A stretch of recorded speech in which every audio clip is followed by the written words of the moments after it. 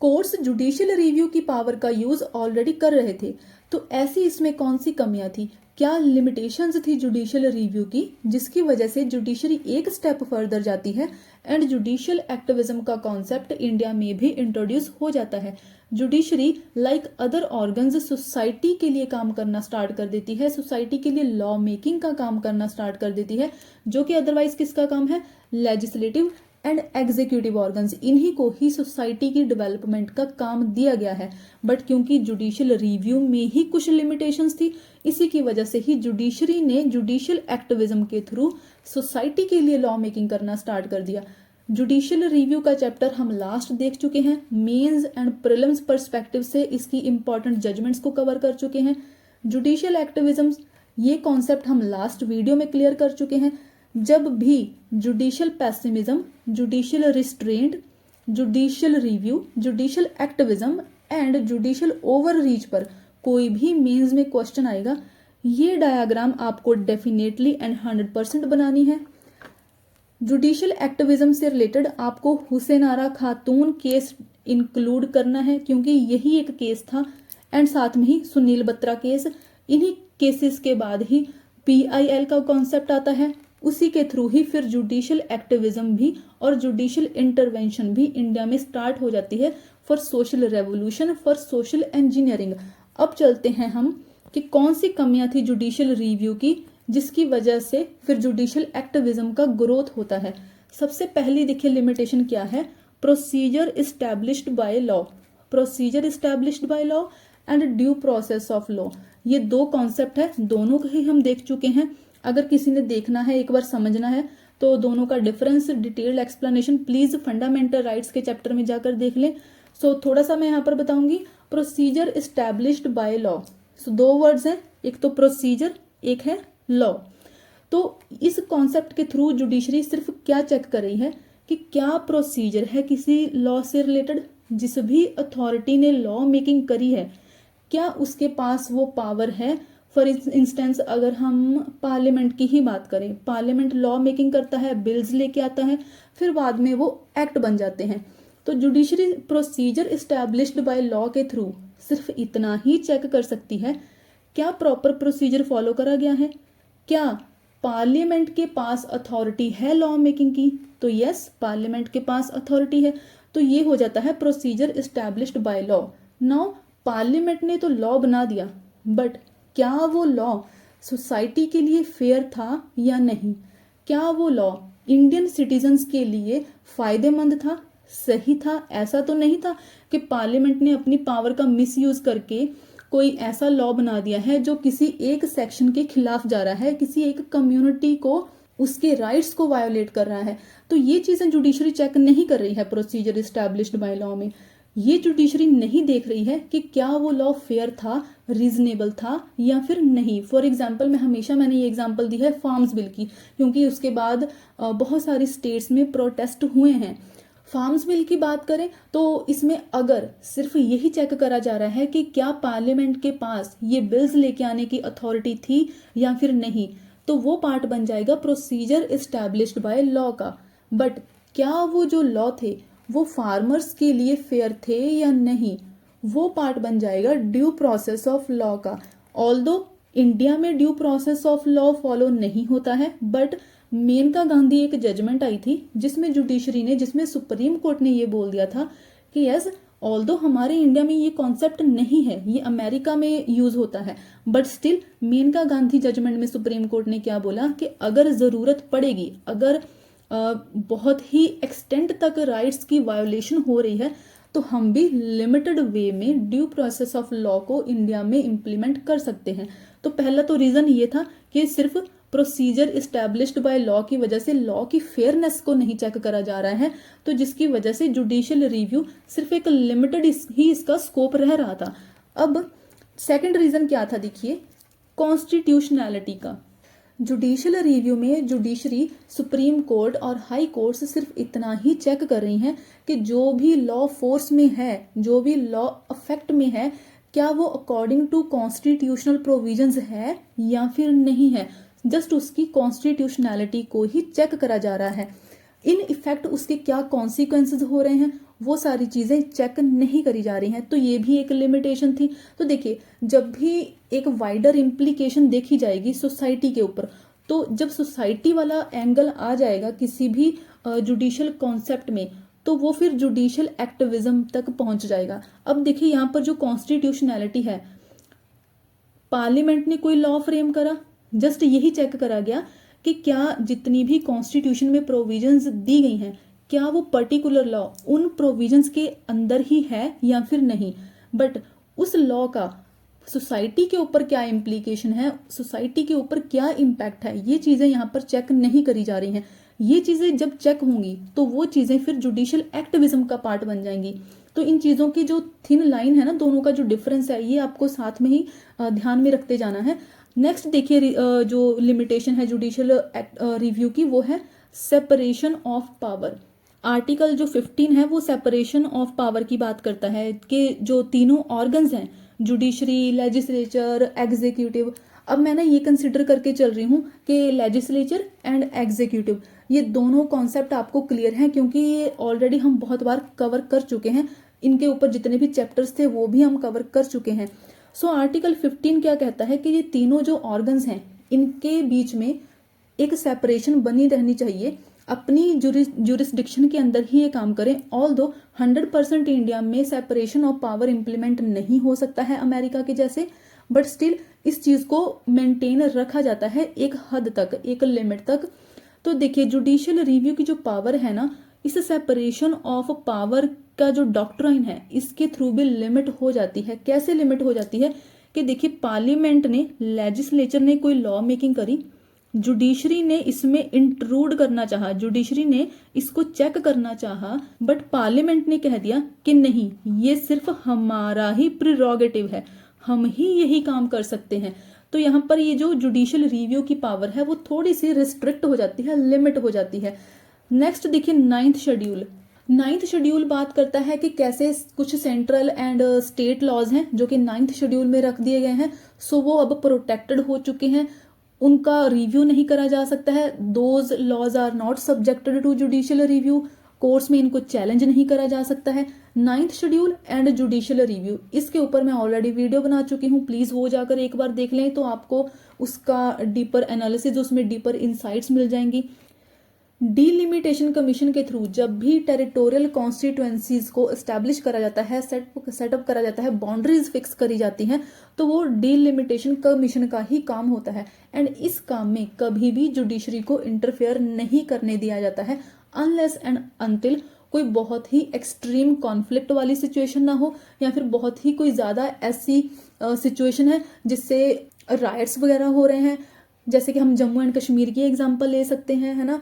तो ऐसी सिचुएशंस, ऐसी एक्सट्रीम सिचुएशंस के अलावा कभी भी डीलिमिटेशन कमीशन के लिए, कभी भी जब भी टेरिटोरियल कॉन्स्टिट्यूएंसीज बाउंड्रीज को सेट करना होता है इलेक्शंस के लिए, उस टाइम पर जुडिशरी को इंटरफेयर नहीं करने दिया जाता है। ऐसे ही बात आती है मनी बिल की। मनी बिल में तो देखिए, लेजिस्लेचर का भी बहुत ही कम रोल रहता है, और राज्यसभा के पास तो इससे रिलेटेड कोई पावर्स है ही नहीं, लेट अलोन जुडिशरी। तो जुडिशरी के पास भी कोई पावर्स इससे रिलेटेड नहीं है। लास्ट हम बात करते हैं इसमें लोकस स्टैंडाई की।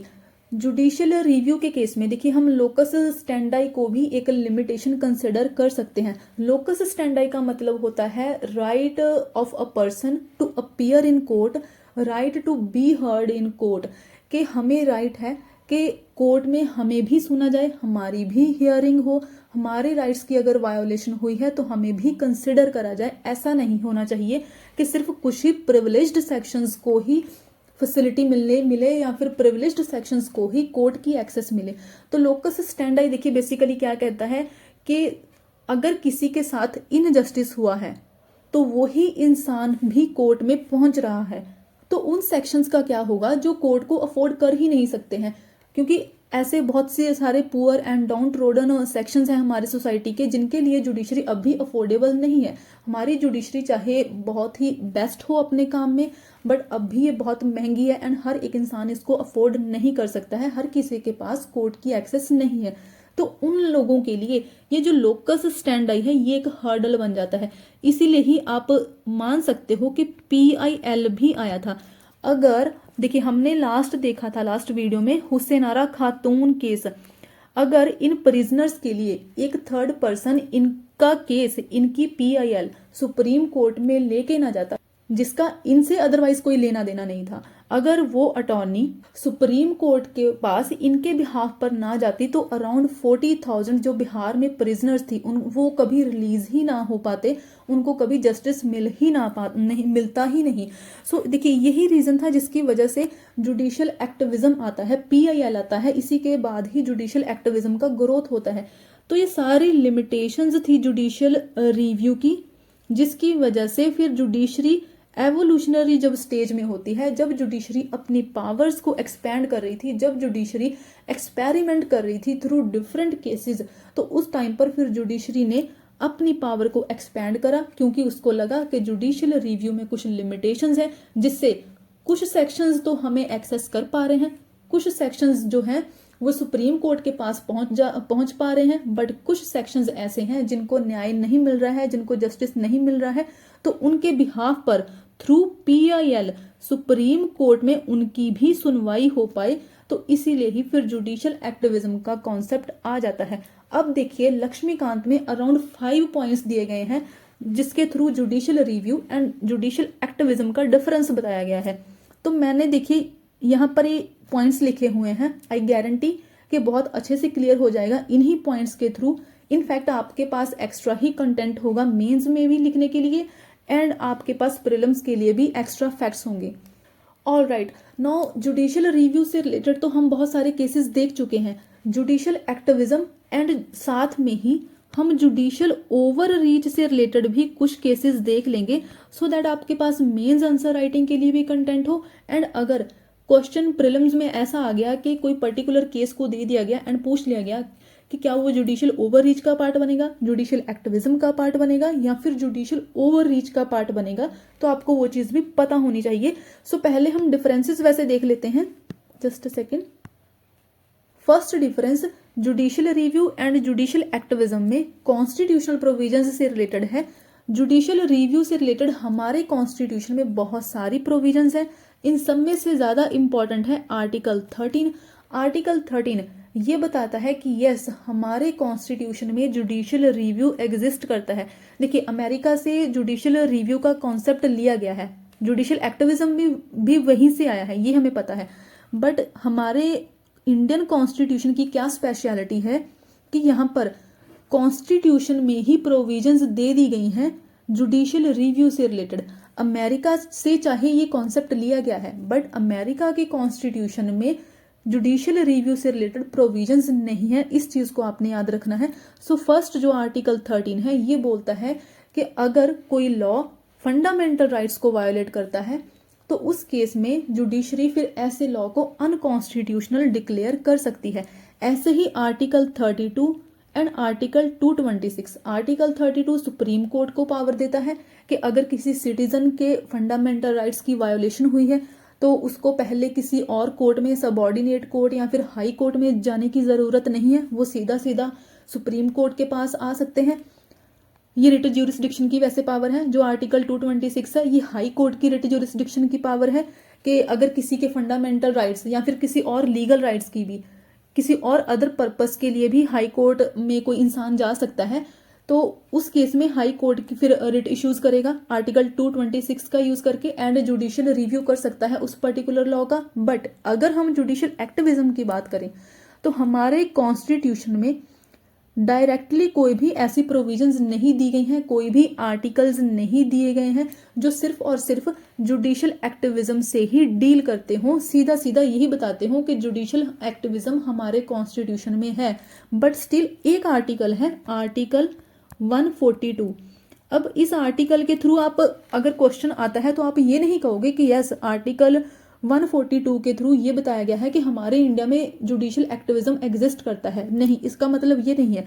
इसका मतलब जस्ट ये है कि अगर सुप्रीम कोर्ट को ये लगता है कि कहीं पर कंप्लीट जस्टिस मिसिंग है तो उस केस में सुप्रीम कोर्ट इस आर्टिकल 142 का यूज करके डेक्रीज इशू कर सकता है, सुप्रीम कोर्ट ऑर्डर्स दे सकता है कि यस कंप्लीट जस्टिस मिलना चाहिए। यहाँ पर आप एग्जांपल ले सकते हो, भोपाल गैस ट्रेजेडी जो हुई थी उस केस में देखिए बहुत सारे इंडियन लोग थे जिनको अभी तक कंपनसेशन मिलनी थी, कंपनसेशन दी ही नहीं जा रही थी, इतने साल निकल गए थे। तो उस टाइम पर देखिए लेजिस्लेचर ने कुछ नहीं करा, जुडिशरी ने एग्जीक्यूटिव ने कुछ नहीं करा। तो देखिए उस टाइम पर फिर जुडिशरी काम करती है, जुडिशरी आर्टिकल 142 का यूज करती है, ऑर्डर इशू करती है कि यस इस पर्टिकुलर इंसान को, जो भी भोपाल गैस ट्रेजेडी से जो भी लोग सफ़र करे हैं उनको एक पर्टिकुलर अमाउंट की कंपनसेशन मिलनी चाहिए। तो ये यूज़ है आर्टिकल 142 का। तो हमारे कॉन्स्टिट्यूशन में जुडिशियल रिव्यू से रिलेटेड डायरेक्ट प्रोविजंस हैं, जुडिशियल एक्टिविज्म से रिलेटेड कोई भी ऐसे आर्टिकल्स या फिर प्रोविजंस नहीं है, बट आर्टिकल 142 है जो सुप्रीम कोर्ट को ये पावर देता है कि यस आप डेक्रीज और ऑर्डर्स इशू कर सकते हो कंप्लीट जस्टिस के लिए।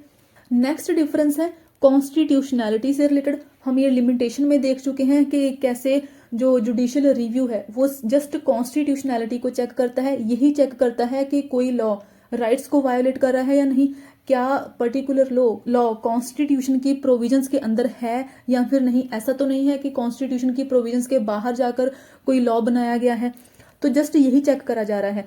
बट जुडिशियल एक्टिविज्म में इन इफेक्ट चीज़ों को चेक करा जा रहा है, लॉ मेकिंग करी जा रही है। क्योंकि एग्जीक्यूटिव एंड लेजिस्लेचर ने अपना काम नहीं करा था, तो उस केस में फिर अब जुडिशरी ही इन दोनों ऑर्गन्स का काम कर रही है, जुडिशरी ही लॉ मेकिंग का काम कर रही है। जैसे कि आप विशाखा गाइडलाइंस की बात कर सकते हो, 1997 का जो sexual harassment at work place case था, इस केस को आप बहुत जगह पर कोट कर सकते हो। तो ये जुडिशियल एक्टिविज्म का पार्ट बन जाता है। जो नेक्स्ट इंपॉर्टेंट डिफरेंस है वो है कि जुडिशरी रिव्यू जो है, जुडिशियल रिव्यू, ये बेसिक स्ट्रक्चर ऑफ कॉन्स्टिट्यूशन का पार्ट है, ये हम ऑलरेडी देख चुके हैं। बट जो जुडिशियल एक्टिविज्म है ये जस्ट जुडिशियल रिव्यू की एक एक्सटेंशन ही है। मैंने बताया था कि इस डायग्राम को आपने हर जगह पर अपने आंसर में लिखना है, इसको बनाना है। पहले है जुडिशियल पेसिमिज्म, देन आता है जुडिशियल रिस्ट्रेंट, फिर आता है जुडिशियल रिव्यू, फिर आता है जुडिशियल एक्टिविज्म, देन आता है जाकर जुडिशियल ओवर रीच, जो कि एक्सट्रीम पावर हो जाती है जुडिशरी की। तो देखिए यहाँ पर क्या है कि जो जुडिशियल एक्टिविज्म है वो किसकी एक्सटेंशन है, वो है जुडिशियल रिव्यू की ही एक एक्सटेंशन है। जुडिशियल रिव्यू को डायरेक्टली बोल दिया गया है अब कि ये बेसिक स्ट्रक्चर का पार्ट है, कभी भी इसको खत्म नहीं करा जा सकता है, ये इस पावर को कर्टेल नहीं करा जा सकता है। बट जो जुडिशियल एक्टिविज्म है वो है कि जुडिशियल रिव्यू है बट उसकी पावर को बढ़ा दिया गया है। अब भी जुडिशियल रिव्यू हो रहा है बट अब साथ में लॉ मेकिंग भी हो रही है। तो ये डिफरेंस है एक। नेक्स्ट डिफरेंस क्या है कि जुडिशियल रिव्यू में जुडिशरी एक पैसिव रोल प्ले कर रही है। पैसिव कैसे आप बोल सकते हो कि सिर्फ कॉन्स्टिट्यूशन की प्रोविजंस को ही चेक करा जा रहा है, जुडिशरी एक्टिवली सोसाइटी के लिए काम नहीं कर रही है। But in case of judicial activism अब जुडिशरी एक एक्टिव रोल प्ले कर रही है। जुडिशरी एक एक्टिविस्ट के जैसे, like any other civil society organisation, like NGO, like जो पीपल राइट्स एक्टिविस्ट होते हैं उनके जैसे अब जुडिशरी भी सोसाइटी के लिए काम कर रही है। सोसाइटी के लिए जैसे वो लोग कैंपेन करके सोशल चेंज लेके आना चाहते हैं, वैसे ही अब जुडिशरी भी एक सोशल चेंज लेके आना चाहती है, सोशल डेवलपमेंट करना चाहती है। एजुकेशन के फील्ड में चाहे वो डेवलपमेंट होगी, चाहे इकोनॉमिक फील्ड में डेवलपमेंट होगी। तो जुडिशियल एक्टिविज्म के केस में जुडिशरी एक एक्टिव रोल प्ले कर रही है। जो नेक्स्ट एंड इम्पॉर्टेंट डिफरेंस है वो है कि अगर जुडिशियल रिव्यू होना है किसी लॉ का तो वो तभी होता है अगर जो एग्रीव्ड पर्सन है, जिसके साथ इनजस्टिस हुआ है, अगर मेरे साथ कोई इनजस्टिस हुआ है तो जब तक मैं खुद कोर्ट में नहीं जा रही हूँ तब तक मेरी कोई भी सुनवाई नहीं हो रही है। But in case of judicial activism, इस केस में क्या हो रहा है कि अगर मैं इनकेपेबल हूँ, मुझे इतना ज़्यादा मेरे पास पैसा नहीं है, मैं जुडिशरी को अफोर्ड नहीं कर सकती हूँ, तो मेरे बिहाफ पर किसी और ने PIL फाइल कर दी सुप्रीम कोर्ट में, तो वो फिर बन जाएगा जुडिशियल एक्टिविज्म। तो जुडिशियल एक्टिविज्म देखिए सो मोटो भी हो सकता है, जुडिशरी खुद भी किसी केस को, किसी इशू को कंसिडर कर सकती है, एंड किसी PIL के थ्रू भी किसी इशू को जुडिशरी कंसिडर कर सकती है। बट जुडिशियल रिव्यू तभी होता है अगर एग्रीव्ड पर्सन जिसके साथ इनजस्टिस हुआ है वही पर्सन जुडिशरी में पहुंच रहा है, वही पर्सन सुप्रीम कोर्ट और हाई कोर्ट में पहुंच रहा है।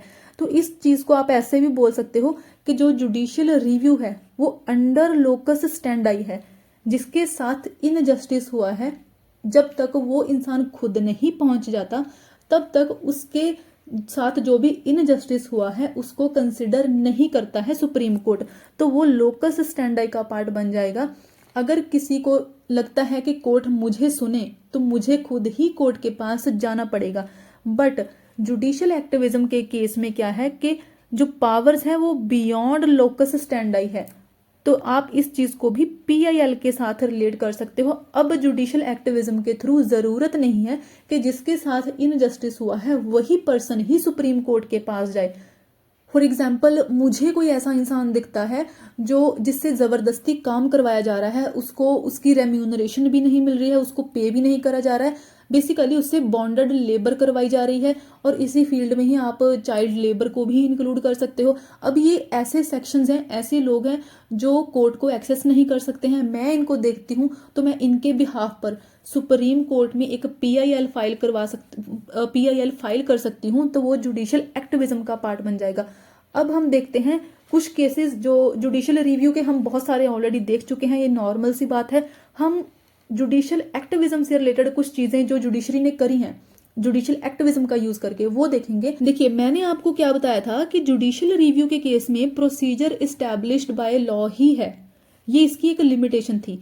बट जुडिशरी फिर क्या कहती है मेनका गांधी केस में कि हम ड्यू प्रोसेस ऑफ लॉ भी यूज कर सकते हैं अगर रिक्वायर्ड हो, अगर कोई ऐसी सिचुएशन हो।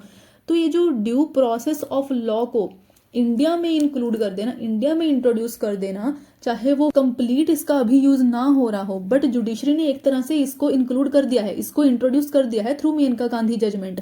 तो ये जो चीज बन जाएगी ये जुडिशियल एक्टिविज्म का पार्ट बन जाएगी, क्योंकि देखिए जो प्रोसीजर इस्टेब्लिश्ड बाय लॉ है ये तो हमारे संविधान में है ही, इसका तो नॉर्मल यूज होता ही है। But due process of law कहीं भी नहीं था, ये जुडिशरी लेके आ गई, जुडिशरी ने अपनी पावर्स को एक्सीड करा, तो वो फिर जुडिशियल एक्टिविज्म का पार्ट बन गई। ऐसे ही आप कोलेजियम सिस्टम की भी बात कर सकते हो, हमने इसको बहुत ज्यादा डिटेल में देखा था सुप्रीम कोर्ट के चैप्टर में भी, हाई कोर्ट के केस में भी।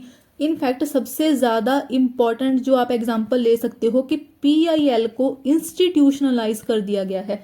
अब PIL like any other institutionalised system, जितने भी सिस्टम्स हमारी सोसाइटी में एग्जिस्ट करते हैं उन्हीं के जैसे ही अब पीआईएल भी एक नॉर्म बन चुका है। ये एक नॉर्म है, ये अब एक स्टैंडर्ड है, इसको कहीं भी क्वेश्चन नहीं करा जाएगा। तो जुडिशियल एक्टिविज्म के थ्रू ही हुआ है कि पीआईएल को इंस्टीट्यूशनलाइज कर दिया गया है। इसके अलावा और एग्जांपल्स जो इंपॉर्टेंट है, देखिए ये तो आपने ना इसको तो छोड़ना ही नहीं है ना, हुसैन आरा खातून केस को, ये तो पीआईएल से रिलेटेड है ही। इसके बाद और बहुत सारी एग्जांपल्स हैं, जैसे कि अगर कोई प्रेग्नेंट वुमेन है उसके नियर पब्लिक प्लेसेस में स्मोकिंग को बैन कर दिया गया, ये भी एक जुडिशियल एक्टिविज्म का ही पार्ट आ जाएगा। जुडिशियल एक्टिविज्म के through kind of judiciary legislation कर रही है, लॉ मेकिंग कर रही है, जिसको आप बोल सकते हो कि जुडिशरी जो है वो जुडिशियल लेजिस्लेशन कर रही है। अब ये सारे पॉइंट्स सुनने के बाद वो जो 5 पॉइंट्स लक्ष्मीकांत में दिए गए हैं उनको जस्ट आप रीड करें, वो आपको ऑटोमेटिकली समझ आ जाएंगे, क्लियर हो जाएंगे, क्योंकि ये सारे पॉइंट्स मैंने ऑलरेडी बहुत ज़्यादा डिटेल में बता दिए हैं, इनफैक्ट एक्स्ट्रा ही बताए हैं। सो आई एम अज्यूमिंग कि जुडिशियल रिव्यू भी क्लियर है, वो ऑलरेडी चैप्टर कवर कर चुके हैं। जुडिशियल एक्टिविज्म का कॉन्सेप्ट पूरी तरह से क्लियर है, I have tried my best कि पूरी तरह से क्लियर हो। जुडिशियल रिव्यू की लिमिटेशंस के बाद कैसे जुडिशियल एक्टिविज्म आ गया, कैसे इसका रिलेशन पीआईएल के साथ है, हुसैन आरा खातून केस के बाद ये पीआईएल का कॉन्सेप्ट आ गया, फर्स्ट टाइम पीआईएल फाइल करी गई, उसके बाद फिर जुडिशियल एक्टिविज्म आ गया, कैसे इसका ग्रोथ हुआ 142 आर्टिकल के थ्रू, अब भी कैसे एक तरह से चाहे कॉन्स्टिट्यूशन में कोई प्रोविजन नहीं भी है तब भी जुडिशियल एक्टिविज्म का यूज जो है वो सुप्रीम कोर्ट, हाई कोर्ट्स कर रही हैं। Judicial review and judicial activism के बीच का डिफरेंस क्या है, तो ये सारी जो चीजें हैं, सारे कॉन्सेप्ट अब क्लियर होने चाहिए। सो अब देखते हैं नेक्स्ट हम जस्टिफिकेशन और रीजंस ऑफ जुडिशियल एक्टिविज्म। वैसे तो मुझे लगता है कि सारे क्लियर ही होंगे कि क्यों जस्टिफाइड है जुडिशियल एक्टिविज्म का एग्जिस्ट करना इंडिया में, बट स्टिल लक्ष्मीकांत में कुछ ऑथर्स के व्यूज दिए गए हैं कि जैसे कि डॉक्टर B.R. वडेरा, इन्होंने अलग व्यू दिए हैं कि क्यों जुडिशियल एक्टिविज्म जस्टिफाइड है, इंडिया में एग्जिस्ट करना चाहिए। ऐसे ही सुभाष कश्यप, इन्होंने भी अपने व्यू दिए हैं। डॉक्टर वंदना है, इन्होंने अपने व्यू दिए हैं। तो ये सारे व्यू देखेंगे, बट इससे पहले हम देखते हैं जुडिशियल ओवर रीच। देखिए, जब जुडिशियल एक्टिविज्म सही है, इसको आप पॉजिटिव कंसिडर कर सकते हो, बट जब जुडिशरी लेजिस्लेचर एंड एग्जीक्यूटिव को अपना काम करने ही ना दे, हर एक चीज में जुडिशरी इंट्रूजन कर रही है, हर एक चीज में जुडिशरी इंटरफेयर कर रही है। कोई सा भी पब्लिक इशू आ गया, वो इशू करना था कंसिडर लेजिस्लेचर ने, हमारे पार्लियामेंट ने, वो जुडिशरी टेक ओवर कर रही है। ऐसे ही कोई डिसीजंस एग्जीक्यूटिव ने लेने थे, हमारी ब्यूरोक्रेसी ने लेने थे, उनको भी टेक ओवर करके जुडिशरी अब फैसले सुना रही है। तो वो चीज बन जाएगी जुडिशियल ओवर रीच। ये ओवर हो गया है, ये काम जुडिशरी को नहीं करना चाहिए था। ये जुडिशरी अब एक डिक्टेटरशिप वाली जुडिशरी बन रही है। जैसे बोलते हैं ना कि डेमोक्रेसी है, देन उसके बाद अगर गवर्नमेंट लोगों के राइट्स को वायोलेट कर रही है, अपनी मर्जी से कुछ भी कर रही है, तो डिक्टेटरशिप की तरफ जा रही है, ऑपोजिशन है नहीं। अब ऐसे ही आप जुडिशरी में भी चीज़ों को एज्यूम कर सकते हो कि अब जो जुडिशरी है, जुडिशियल ओवर रीच के थ्रू डिक्टेटरशिप की तरफ बढ़ रही है, एक ट्रेनिकल जुडिशरी बन रही है। जुडिशियल ओवर रीच से रिलेटेड कुछ इंपॉर्टेंट केसेस हैं। इससे judicial over reach, judicial activism and review, इनके ऊपर तो मेंस में भी बहुत बार क्वेश्चंस पूछे गए हैं। मैंने लास्ट वीडियो में आई गेस क्वेश्चंस कुछ लगाए भी थे शायद जुडिशियल रिव्यू में।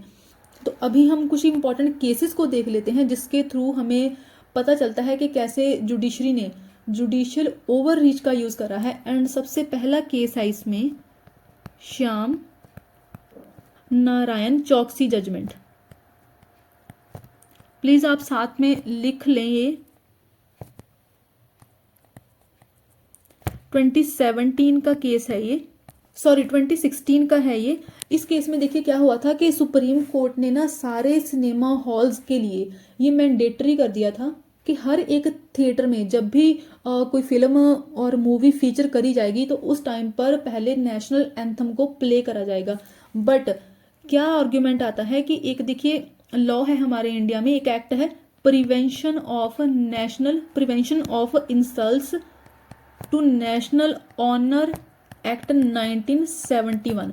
ये एक्ट क्या कहता है कि नेशनल एंथम को as part of the show play नहीं करा जा सकता है, किसी मूवी का पार्ट नहीं दिखाया जा सकता है, किसी ड्रामा और शो का पार्ट नेशनल एंथम को नहीं दिखाया जा सकता है। तो देखिए यहाँ पर जुडिशरी ने अपनी पावर को एक्सीड करा, अपनी पावर को एक स्टेप फर्दर गई और जुडिशियल एक्टिविज्म तक ठीक था, बट जुडिशरी ने अब एक्सट्रीम पावर को यूज करना स्टार्ट कर दिया। एक्ट ऑलरेडी बनाया गया था, इस एक्ट की वायोलेशन कर दी जुडिशरी ने, सेपरेशन ऑफ पावर का कॉन्सेप्ट ही डाइल्यूट कर दिया पूरी तरह से। तो यहाँ पर देखिए जुडिशियल ओवर रीच हो रहा है। ये काम, ये फैसला जुडिशरी को नहीं देना चाहिए था, बट जुडिशरी ने ये काम करा। देन फिर एक सेकंड जो जजमेंट है लिक्वर बैन से रिलेटेड। वैसे देखिए जब भी जुडिशियल ओवर रीच का ये कॉन्सेप्ट आएगा, जब भी ये बोला जाएगा कि जुडिशियल ओवर रीच हुआ है, जो वो सारी चीजें most of the time separation of power के बेसिस पर ही बोली जाएंगी कि जुडिशरी ने अपनी पावर्स के बियॉन्ड काम करा है। ये जुडिशरी का एम्बिट नहीं था, ये जुडिशरी की लिमिट के बियॉन्ड था। तो लिक्वर बैन जो 2017 का ये केस है, इसमें क्या होता है कि एक PIL फाइल करी जाती है, पब्लिक इंटरेस्ट लिटिगेशन फाइल करी जाती है कि रोड सेफ्टी के लिए लिक्वर को बैन कर देना चाहिए जो होटल्स वगैरह में, रेस्टोरेंट्स वगैरह में। तो देखिए PIL अदरवाइज एक बहुत ही सही चीज है, बट कभी कभी इसका मिसयूज भी होता है। जुडिशरी देखिए इस केस में भी क्या करती है कि इस PIL को कंसिडर करा जाता है। तो जुडिशरी क्या फैसला देती है कि होटल्स, रेस्टोरेंट्स, कोई भी हाईवे के पास अगर ये चीजें हैं, कोई बार है, तो उस जगह पर लिक्वर की सेल नहीं हो सकती है। बट जो लेजिस्लेचर है, जो एग्जीक्यूटिव है, वो क्या कहते हैं कि ये हमारा काम था, आपने सेपरेशन ऑफ पावर के कॉन्सेप्ट को वायोलेट करा है। ये फैसले देना, ये डिसीजन लेना कि लिक्वर को बैन कर दिया जाएगा, इसकी सेल को बैन कर दिया जाएगा, ये काम जुडिशरी, ये फैसले जुडिशरी नहीं ले सकती है।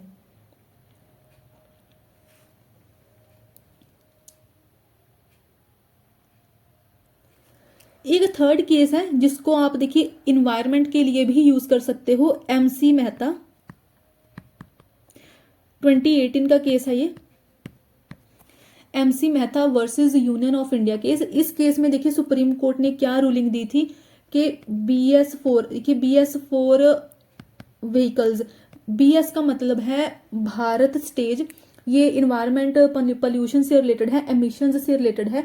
तो जुडिशरी ने क्या जजमेंट दी थी इस केस में कि BS4 जो व्हीकल होंगे उनकी सेलिंग 30 मार्च 2020 के बाद नहीं हो सकती है, एंड सिर्फ BS4 के अलावा जो BS4 को छोड़कर BS6 जो व्हीकल्स होंगे उन्हीं को ही इस डेट के बाद सेल करा जा सकता है। तो अब ये भी जो काम था ये एग्जीक्यूटिव का काम था, तो आप इन सारी जजमेंट्स को इंक्लूड कर सकते हो अपने आंसर में। अब हम देखते हैं justification of judicial activism. And आगे बढ़ने से पहले प्लीज़ लाइक करें, शेयर करें, कमेंट्स करें, सब्सक्राइब करें, बिकॉज इट मोटिवेट्स मी, एक हौसला हो जाता है कि यस और एफर्ट्स डालें, because I am trying my best so that कि आपके पास जस्ट लक्ष्मीकांत का ही कंटेंट ना हो, जस्ट आप लक्ष्मीकांत ना पढ़ें, आप प्रीलिम्स एंड मेंस के लिए पढ़ें। So please like, share and subscribe करें एंड अपनी फीडबैक दें, चाहे वो पॉजिटिव है चाहे वो नेगेटिव है। Else sometimes it gets quite discouraging. Anyhow, let's get going. Justification और reasons of judicial activism. सबसे पहला देखिए व्यू है डॉक्टर BL वढेरा का। इन्होंने कुछ रीजंस दिए हैं कि जुडिशियल एक्टिविज्म क्यों एग्जिस्ट करता है या फिर क्यों एग्जिस्ट करना चाहिए। तो पहला रीजन है collapse of responsible government. Responsible government का काम क्या होता है कि हमारी सोसाइटी के लिए काम हो, सिटीजन्स के राइट्स प्रोटेक्टेड रहें, सोशियो इकोनॉमिक डेवलपमेंट हो, एजुकेशनल लेवल पर डेवलपमेंट हो, गवर्नमेंट लोगों को रिस्पॉन्सिबल रहे, क्योंकि लोगों के थ्रू ही इलेक्ट होके गवर्नमेंट आई है, तो लोगों के लिए गवर्नमेंट की कुछ रिस्पॉन्सिबिलिटीज बनती हैं। बट अगर ये रिस्पॉन्सिबल गवर्नमेंट ही कोलैप्स हो जाती है, कोलैप्स कैसे होती है, जब लेजिस्लेचर काम नहीं करता, पार्लियामेंट एंड स्टेट लेजिस्लेचर्स को लॉ मेकिंग करनी चाहिए फॉर सोसाइटी, बट ये जब ऑर्गन काम नहीं कर रहा है, and at the same time executive जिसको पॉलिसी मेकिंग करनी चाहिए, जिसको पॉलिसी ड्राफ्ट करनी चाहिए, ऑर्डर्स पास करने चाहिए, वो भी अपना काम नहीं कर रहा है। तो जब रिस्पॉन्सिबल गवर्नमेंट नहीं होगी, क्योंकि ये दो ऑर्गन अगर काम करेंगे तभी ही फिर रिस्पॉन्सिबल गवर्नमेंट भी होगी। इन दोनों ऑर्गन्स का इकट्ठा मिलकर काम करना बहुत इंपॉर्टेंट है, क्योंकि जुडिशरी का काम तो सिर्फ लॉ की इंटरप्रिटेशन करना है, कॉन्स्टिट्यूशन की इंटरप्रिटेशन करना है। तो जब ये दोनों ऑर्गन्स काम नहीं करेंगे, रिस्पॉन्सिबल गवर्नमेंट कोलैप्स कर जाएगी। उस केस में रिजल्ट क्या होगा उस चीज का कि लोगों का कॉन्स्टिट्यूशन से भरोसा हट जाएगा, लोगों को डेमोक्रेसी के ऊपर भरोसा नहीं रहेगा।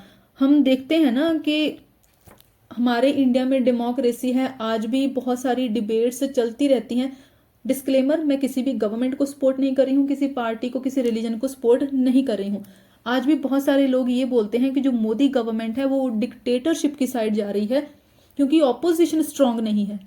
तो जब ये दोनों ही ऑर्गन्स सही ढंग से काम नहीं करेंगे, रिस्पॉन्सिबल गवर्नमेंट नहीं होगी, तो उस टाइम पर फिर लोगों का कॉन्स्टिट्यूशन से भरोसा हट जाएगा, क्योंकि कॉन्स्टिट्यूशन में कुछ राइट्स को प्रोटेक्ट कर दिया गया है, स्पेशली जो कोर राइट्स हैं। आप आर्टिकल 21, 14 एंड 19, मैंने पहले ही बताया है कि आप इनको गोल्डन राइट्स बोलोगे, गोल्डन ट्रायंगल बोलते हो। ये इतने ज़्यादा इंपॉर्टेंट है एक ह्यूमन की एग्जिस्टेंस के लिए, उसकी फ्रीडम के लिए। तो कॉन्स्टिट्यूशन से के ऊपर से लोगों का भरोसा हट जाएगा, लोगों को डेमोक्रेसी के ऊपर भरोसा नहीं रहेगा। तो उस सिचुएशन में फिर जुडिशरी का इंटरवीन करना, जुडिशरी का इंटरफेयर करना इंपॉर्टेंट बन जाता है। इसीलिए ही जुडिशियल एक्टिविज्म भी एग्जिस्ट करता है। सेकंड रीजन इन्होंने क्या बताया है, aid to the suffering masses. इस केस में क्या है कि देखिए, सिटीजन्स जो होते हैं उनको लेजिस्लेचर और एग्जीक्यूटिव इनके ऊपर भरोसा ना भी हो, तो हर एक सेक्शन को इतना भरोसा रहता है कि जुडिशरी एक ऐसा ऑर्गन है, चाहे PIL के थ्रू पुअर लोगों को सुने, ये जो रिच लोग हैं उनको तो डायरेक्ट एक्सेस होगी जुडिशरी की, तो जुडिशरी हर किसी को सुनती है। तो सिटीजन्स को भरोसा है कि जब तक जुडिशरी है उनके राइट्स प्रोटेक्टेड रहेंगे, उनकी जो फ्रीडम्स हैं वो प्रोटेक्टेड रहेंगी। अब क्योंकि जुडिशरी के ऊपर लोगों को इतना ज़्यादा भरोसा है तो जुडिशरी के ऊपर एक प्रेशर बिल्डअप हो जाता है, प्रेशर इंक्रीज होने लगता है, जिसकी वजह से फिर जुडिशरी एक स्टेप फर्दर जाती है तो जुडिशियल एक्टिविज्म तक पहुंच जाती है।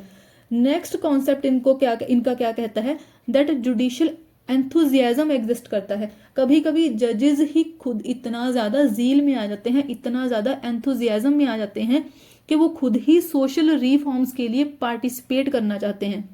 ये जुडिशियल एंथुसियाज्म ही है जिसकी वजह से पीआईएल का नंबर बहुत ही ज़्यादा ग्रो कर रहा है। अब आपने न्यूज़ में भी सुना ही होगा, जो लोग न्यूज़पेपर पढ़ते हैं, कि बहुत बार तो लोग जस्ट ऐसे ही पीआईएल फाइल कर देते हैं, ठीक है, उनका कोई मतलब बनता भी नहीं है और कभी कभी जुडिशरी इस चीज़ के लिए पनिश भी करती है। तो देखिए पीआईएल का नंबर बहुत बढ़ रहा है, जुडिशरी के ऊपर बर्डन बढ़ रहा है इस चीज़ का।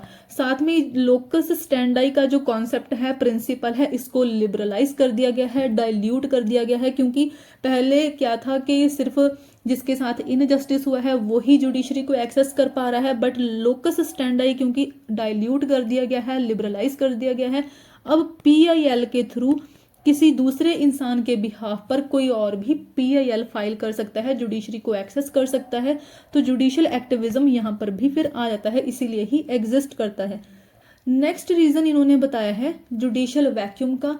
तो इसके अकॉर्डिंग क्या है कि कुछ एरियाज, सर्टन एरियाज ऐसे हैं जिसके ऊपर लेजिस्लेचर को काम करना चाहिए था बट उन्होंने काम नहीं करा है, जिसकी वजह से अब जुडिशियल लेजिस्लेशन का कॉन्सेप्ट आ गया है। जुडिशियल लेजिस्लेशन हो रहा है, जुडिशरी लॉ मेकिंग कर रही है, जुडिशरी ही सोसाइटल नीड्स के लिए काम कर रही है, पुअर सेक्शंस के लिए काम कर रही है। अदरवाइज क्या है कि लेजिस्लेचर को ही इनके लिए काम करना चाहिए था।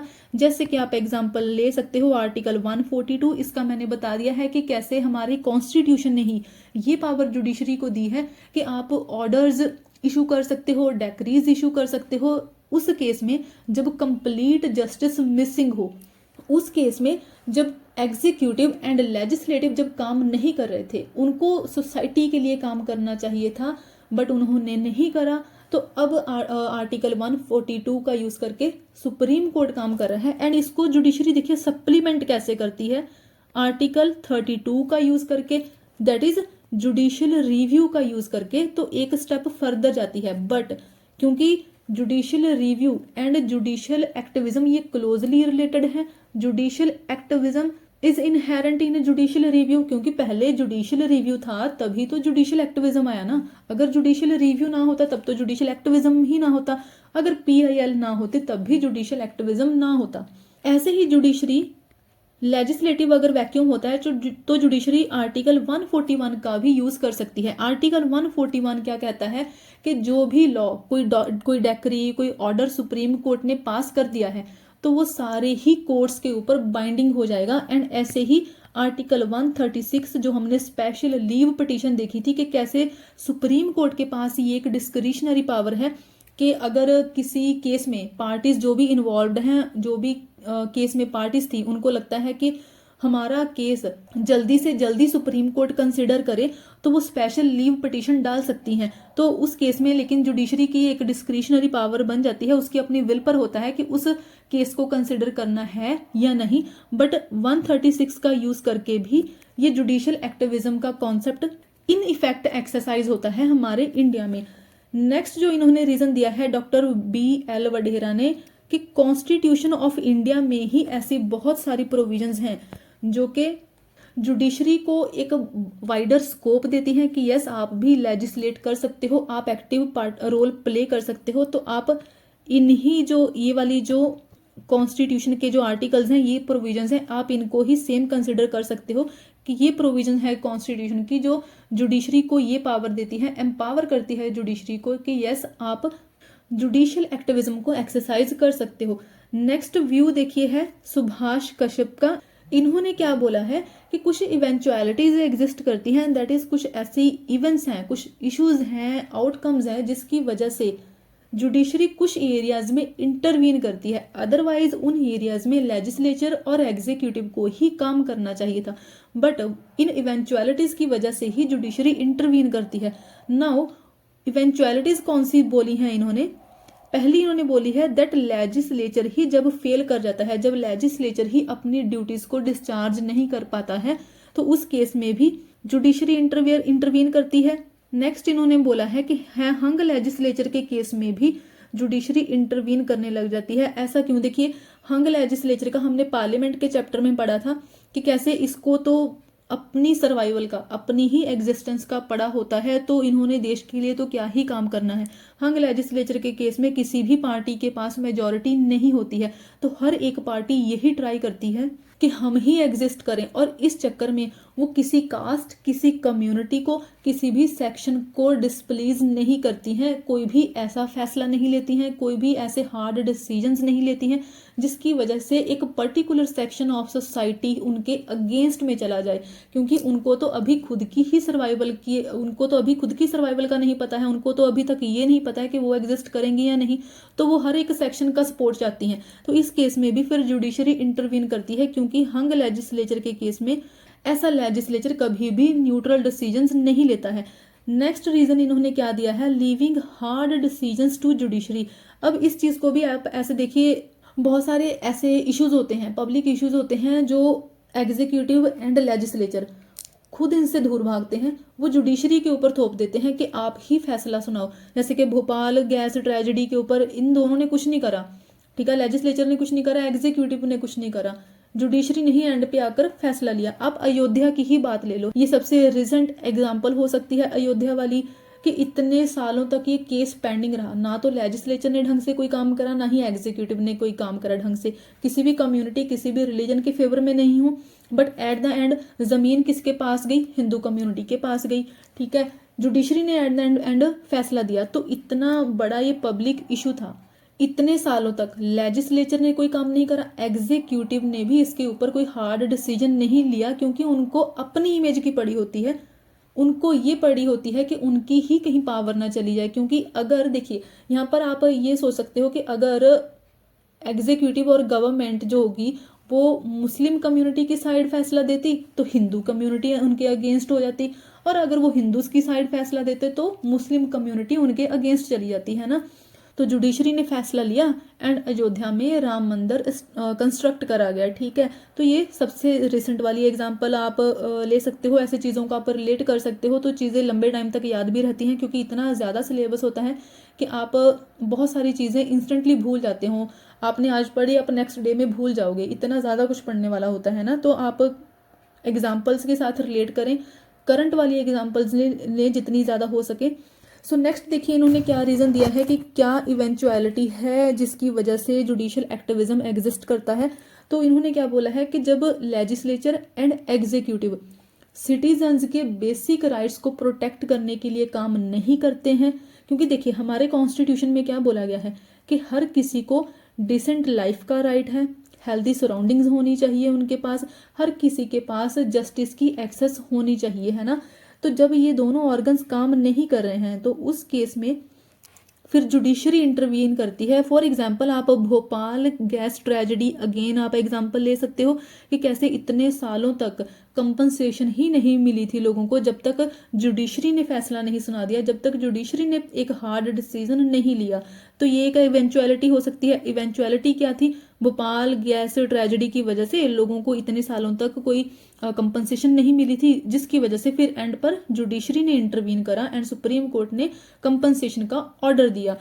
नेक्स्ट इन्होंने क्या बोला है दैट अथॉरिटेरियन पार्लियामेंट्री गवर्नमेंट, जब कोई ऐसी गवर्नमेंट आ जाए जिसके पास बहुत ही ज़्यादा मेजॉरिटी हो, लोकसभा में एक्सट्रीम मेजॉरिटी हो, ऑपोजिशन बहुत ही ज़्यादा वीक हो, तो उस केस में फिर ये गवर्नमेंट डिक्टेटरशिप की साइड बढ़ने लग जाती है।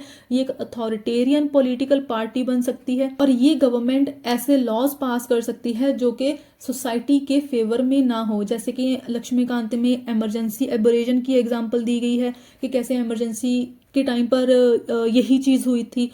तो ऐसी सिचुएशन में जब एक डिक्टेटरशिप वाली गवर्नमेंट हो, तो ऐसी गवर्नमेंट जब सिटीजन्स के राइट्स को वायोलेट करती है, उनके फंडामेंटल राइट्स को वायोलेट करती है, सोसाइटी के वल्नरेबल सेक्शंस को कंसिडर ही नहीं करती है, कुछ ऐसे सोसाइटी के मार्जिनलाइज्ड सेक्शंस हैं जिनको छोड़ ही दिया जाता है, ट्राइबल एरियाज को कंसिडर नहीं करा जाता है, शेड्यूल्ड कास्ट एरिया जो कम्युनिटी है उनको कंसिडर नहीं करा जाता है, तो उस केस में फिर जुडिशरी को इंटरवीन करना पड़ता है। ये बोला है सुभाष कश्यप ने।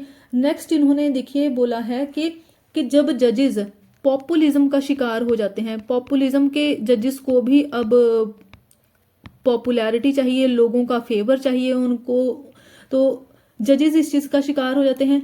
मीडिया में उनको एक पब्लिसिटी चाहिए, है ना, उनको भी मीडिया हेडलाइंस में आना है। तो इन सारी चीज़ों की वजह से, बेसिकली एक ह्यूमन नेचर की वजह से, कि कुछ जजेस इस पॉपुलिज्म का शिकार हो जाते हैं, मीडिया की उनको अप्रूवल चाहिए होती है। तो इन सारी चीज़ों की वजह से फिर जजेस जो होते हैं वो खुद ही सोसाइटी के लिए काम करना स्टार्ट कर देते हैं। आप इस चीज़ को ऐसे रिलेट कर सकते हो कि जुडिशियल एंथुजियाज्म आ गया है अब उनमें, कि अब हमें भी सोसाइटी में रिफॉर्म्स लेके आने हैं, अब हमें भी पब्लिसिटी चाहिए। तो उस चक्कर में, उस पब्लिसिटी के चक्कर में फिर जुडिशरी इंटरवीन करती है एंड जुडिशियल एक्टिविज्म प्ले में आ जाता है। तो ये रीजंस कुछ हैं सुभाष कश्यप ने दिए। नेक्स्ट कुछ रीजंस जो हैं वो डॉक्टर वंदना ने दिए हैं। इन्होंने बताया है कि कैसे कुछ ट्रेंड्स से जुडिशियल एक्टिविज्म रिफ्लेक्ट होता है। फर्स्ट इन्होंने क्या बताया है, that expansion of rights of hearing in administrative process. यहाँ पर बात हो रही है, देखिए, नेचुरल जस्टिस की, प्रिंसिपल ऑफ नेचुरल जस्टिस। ये क्या कहता है कि एक ऑफेंडर के पास भी सुनवाई का राइट होना चाहिए, एंड इसी की वजह से जुडिशरी और कोर्ट हर एक अपील को कंसिडर करता है। अगर किसी ने एक लेटर भी पोस्ट कर दिया तो उसको भी सुप्रीम कोर्ट कंसिडर करेगा, जिसकी वजह से इनका नंबर बहुत ज़्यादा बढ़ जाता है, क्योंकि यहाँ पर बोला जा रहा है कि हर किसी के पास हियरिंग का राइट होना चाहिए। तो यहाँ पर बात हो रही है फेयर हियरिंग की। नेक्स्ट इन्होंने बताया है कि कैसे एक्सेसिव डेलीगेशन जो विदाउट लिमिटेशन होती है उसकी वजह से भी फिर जुडिशियल एक्टिविज्म रिफ्लेक्ट होता है। क्योंकि देखिए, डेलीगेशन वैसे क्या होती है कि लॉ मेकिंग का काम ही लोअर एग्जीक्यूटिव को दे दिया गया, ब्यूरोक्रेसी को दे दिया गया। जैसे कि बहुत सारे आईएएस होते हैं जो गवर्नमेंट को सपोर्ट करते हैं पॉलिसी मेकिंग के लिए। अब सपोज कोई हेल्थ मिनिस्ट्री है, उसमें कोई आईएएस ही है।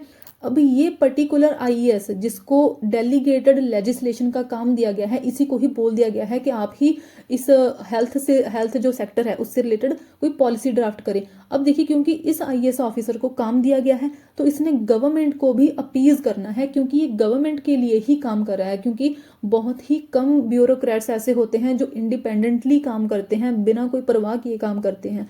तो ये गवर्नमेंट को भी अपीज कर रहा है। तो क्या गारंटी है इस चीज़ की कि जो भी ये हेल्थ से रिलेटेड पॉलिसी लेके आ रहा है वो हमारी सोसाइटी को बेनिफिट कर रही है या फिर नहीं कर रही है, या फिर ये ऐसी पॉलिसी लेके आ रहा है जिससे अल्टीमेटली गवर्नमेंट का ही फायदा हो रहा है। तो उस केस में भी फिर जुडिशरी को इंटरवीन करना पड़ता है। अदरवाइज ये एरिया जुडिशरी का नहीं था, ये एग्जीक्यूटिव का पार्ट था। क्योंकि जुडिशरी ने इंटरफेयर करा तो ये जुडिशियल एक्टिविज्म बन गया। नेक्स्ट इन्होंने क्या बताया है कि कैसे जुडिशरी ने अपनी पावर्स को एक्सपेंड करा है, जुडिशियल कंट्रोल का एक्सपेंशन हुआ है ओवर डिस्क्रिशनरी पावर्स। जुडिशरी के पास बहुत सारी डिस्क्रिशनरी पावर्स रहती हैं। उनमें से स्पेशल लीव पिटीशन मैंने ऑलरेडी यही अभी बताया था थोड़ा टाइम पहले कि कैसे स्पेशल लीव पिटीशन एक सुप्रीम कोर्ट की एक डिस्क्रिशनरी पावर है। सुप्रीम कोर्ट खुद ही डिसीजन लेती है कि उसको किसी केस को कंसिडर करना है या फिर नहीं करना है। तो सुप्रीम कोर्ट ने अपनी डिस्क्रिशनरी पावर्स को भी एक्सपेंड कर लिया है, जिसकी वजह से वो बहुत बार एग्जीक्यूटिव एंड लेजिस्लेटिव स्फीयर में इंटरवीन करती है, एंड देन क्या आता है, फिर जुडिशियल एक्टिविज्म बन जाता है वो। नेक्स्ट इनमें क्या बोला गया है, that expansion of judicial review over administration. ये हमें पता है कि जुडिशियल रिव्यू को ही एक्सपेंड करा गया है, तभी जुडिशियल एक्टिविज्म आया है। Judicial activism is itself N expansion of judicial review. तो ये तो आउट ऑफ क्वेश्चन ही है, ये हमें ये जो है वो सेल्फ एक्सप्लेनेटरी ही है। नेक्स्ट देखिए है ओपन गवर्नमेंट की प्रमोशन। ओपन गवर्नमेंट को आप रिलेट कर सकते हो आरटीआई से। मैं हर एक चीज़ को एग्जाम्पल के थ्रू इसलिए बता रही हूँ क्योंकि ये आरटीआई एंड ऑल ये सारी चीज़ें हमने बहुत कॉमनली सुनी होती हैं। अयोध्या का हमने बहुत बार सुना है। तो जितना भी आप चीज़ों को एग्जाम्पल्स के थ्रू पढ़ोगे, आप रिलेट करोगे, उतना ज़्यादा चीज़ें लंबे टाइम तक याद भी रहती हैं। तो देखिए ओपन गवर्नमेंट का कॉन्सेप्ट, ये डॉक्ट्राइन और ये प्रिंसिपल बोल लीजिए, ये क्या कहता है कि सिटीजन्स के पास राइट होना चाहिए to access the government documents. And generally ये काम किसके थ्रू होता है, आरटीआई के थ्रू। अगर हमें कोई भी इंफॉर्मेशन चाहिए तो उसके लिए हम आरटीआई डाल देते हैं। तो जुडिशियल एक्टिविज्म के थ्रू एक तरह से ओपन गवर्नमेंट का ही प्रमोशन हो रहा है। नेक्स्ट देखिए यहाँ पर बात करी गई है कंटेम्प्ट पावर की। हम कैसे कह सकते हैं कि जुडिशियल एक्टिविज्म है, या फिर उससे भी एक फर्दर स्टेप आगे जुडिशियल ओवर रीच है। तो आप कंटेम्प्ट के थ्रू आप चीज़ों को रिलेट कर सकते हो कि कैसे। मैंने लास्ट वैसे जब हमने सुप्रीम कोर्ट का चैप्टर पढ़ा था तो उस टाइम पर हमने civil contempt and criminal contempt देखा था, एंड मैंने एक एग्जांपल दी थी कि शिवसेना के एक लीडर थे, कैसे उन्होंने अपनी स्टेट के जज के ऊपर करप्शन के जब चार्जेस लगाए थे तो उनके अगेंस्ट क्रिमिनल कंटेम्प्ट का जो केस था सुप्रीम कोर्ट में फाइल कर दिया गया उस पर्टिकुलर शिवसेना के लीडर के अगेंस्ट, है ना।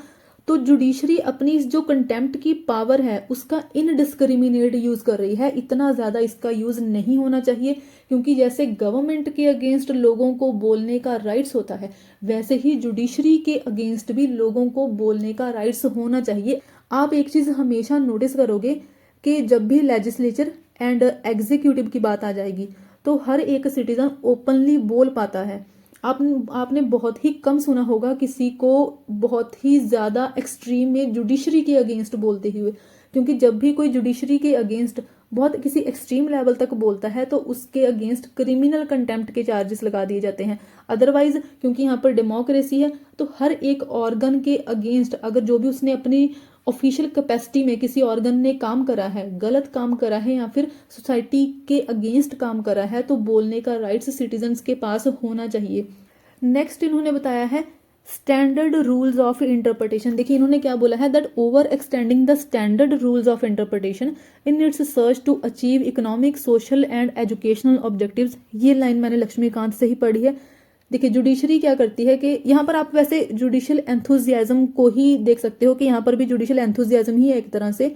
जो भी इंटरप्रिटेशंस के स्टैंडर्ड रूल हैं, जो भी सेट रूल हैं, उनको जुडिशरी ओवर एक्सटेंड कर देती है, क्योंकि जुडिशरी में अब ओवर एंथुजियाज्म आ गया है। अब सोसाइटी के लिए, सोशल रिफॉर्म्स के लिए जुडिशरी मैक्सिमम काम करना चाहती है, इसलिए वो अपने इंटरप्रिटेशन के एम्बिट को भी इंक्रीज कर रही है। तो ये एक इन्होंने बताया है कि कैसे आप देख सकते हो कि इसकी वजह से भी सोसाइटी के लिए, क्योंकि जुडिशरी काम करना चाहती है, इसकी वजह से ही जुडिशियल एक्टिविज्म रिफ्लेक्ट होता है, पता चलता है कि जुडिशियल एक्टिविज्म है। लास्ट इन्होंने क्या बोला है, that passing of orders which are per se unworkable. देखिए यहाँ पर आप इमेजिन कर सकते हो कि सपोज आर्टिकल 142 का यूज करके जुडिशरी ने, सुप्रीम कोर्ट ने कोई ऑर्डर पास कर दिया। अब ये ऑर्डर क्या वर्केबल था, क्या बाद में फीजिबल होगा या नहीं होगा, ये चेक नहीं करा गया। जस्ट जुडिशरी ने इस आर्टिकल का यूज करके ऑर्डर पास कर दिया तो वो भी जुडिशियल एक्टिविज्म ही आ जाएगा। अब आप एक बात याद रखें कि judicial activism and judicial overreach, इनके बीच में एक बहुत ही थिन लाइन होती है। जब जुडिशियल एक्टिविज्म अपने लिमिट्स को क्रॉस कर जाता है तो उस टाइम पर वो जुडिशियल ओवररीच और जुडिशियल एडवेंचरिज्म बन जाता है। ये दोनों ही सेम नेम है, सेम ही कॉन्सेप्ट के नेम है कि जुडिशियल एक्टिविज्म ने अपनी लिमिट्स क्रॉस करी तो वो बन गया जुडिशियल ओवररीच और जुडिशियल एडवेंचरिज्म। तो इसका कॉन्सिक्वेंस फिर क्या होगा, अगर जुडिशियल ओवररीच और एडवेंचरिज्म होगा तो इसका देखिए रिजल्ट क्या होगा कि गवर्नमेंट को अपना काम नहीं करने देगी जुडिशरी। गवर्नमेंट में रिपीटेडली जुडिशरी इंटरवीन कर रही है, इंटरफेयर कर रही है, जिसका रिजल्ट और फर्दर क्या होगा कि देखिए ऐसे जजेस आ जाएंगे जो कि नॉन अकाउंटेबल होंगे। अब भी आप देख सकते हो कि गवर्नमेंट और लेजिस्लेचर ये तो फिर भी लोगों को अकाउंटेबल रहते हैं। गवर्नमेंट को अगर नेक्स्ट टाइम इलेक्ट होना है तो वो अपना मैनिफेस्टो जारी वो अपना मैनिफेस्टो जारी करती है कि यस ये काम करे जाएंगे। ऐसे ही पार्लियामेंट भी रिस्पॉन्सिबल रहता है। लेकिन आपने कभी सुना है कि जजेस किसी को रिस्पॉन्सिबल हैं, लोगों को जजेस रिस्पॉन्सिबल हैं? ऐसा कभी नहीं होता है। एंड उसके बाद अगर फिर ये जुडिशियल ओवररीच और एडवेंचरिज्म बढ़ जाएगा तब तो फिर नॉन अकाउंटेबल और नॉन रिस्पॉन्सिबल जजेस आ जाएंगे, किसी को भी ये रिस्पॉन्सिबल नहीं होंगे, जो कि सोसाइटी के लिए बहुत ही खतरनाक हो जाएगा।